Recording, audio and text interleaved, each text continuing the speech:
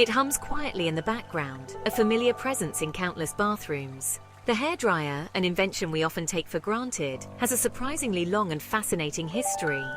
From its humble beginnings to its current form, the evolution of the hairdryer mirrors our changing lifestyles and perceptions of beauty. But have you ever stopped to wonder where this ubiquitous device originated? When did drying our hair transform from a laborious chore into a quick and effortless routine?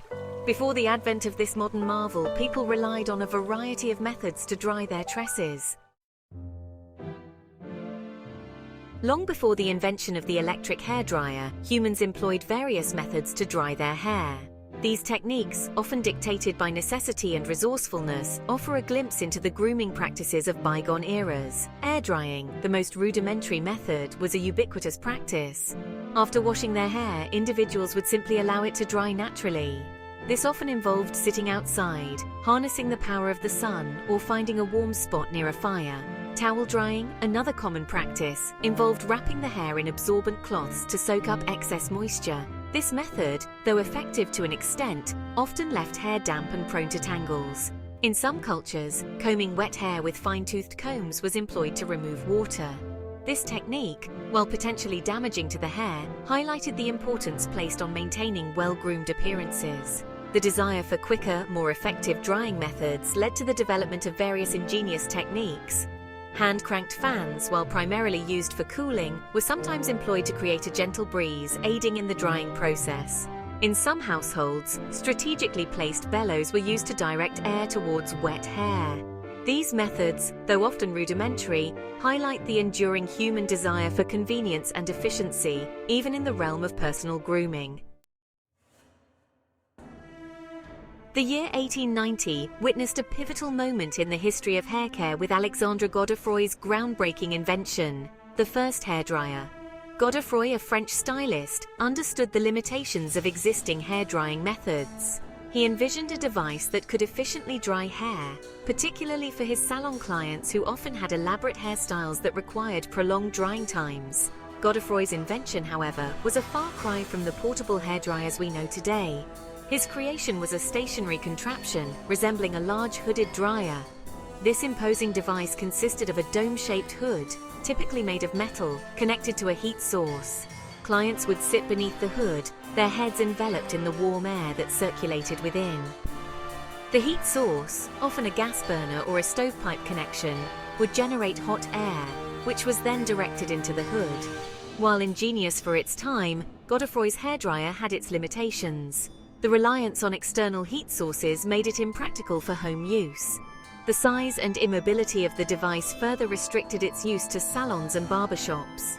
Moreover, the temperature control was rudimentary, making it difficult to regulate the heat output. Despite these drawbacks, Godefroy's invention was a revolution in hair care.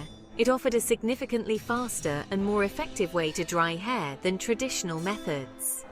The invention was particularly popular for drying permed hairstyles, which were in vogue at the time. Godefroy's hairdryer, though primarily a salon fixture, paved the way for the development of more portable and user-friendly hair-drying devices. It marked the beginning of a new era in hair care, one where technology would play an increasingly important role. In the early 20th century, a surge in electrical appliances began transforming households and lifestyles. This period also saw the emergence of handheld hairdryers, marking a significant shift in hairdrying practices. While Godefroy's invention had revolutionized salons, the desire for a more portable and convenient device for home use fueled further innovation. Inventors and manufacturers, recognizing this need, began experimenting with designs that were smaller, lighter, and more user-friendly. The first handheld hairdryers, though a far cry from the sleek and powerful models we know today, were a significant improvement over their bulky predecessor.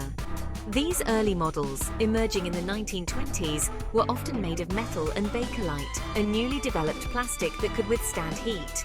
They were powered by electricity, eliminating the need for external heat sources and making them suitable for home use. However, these early handheld hairdryers had their limitations.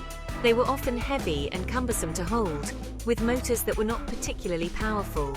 The drying process was still relatively slow compared to modern standards. Moreover, safety features were rudimentary, and overheating was a concern. Despite these limitations, the introduction of handheld hairdryers was a watershed moment. It brought hair drying into the domestic sphere, empowering individuals to style their hair in the comfort of their homes.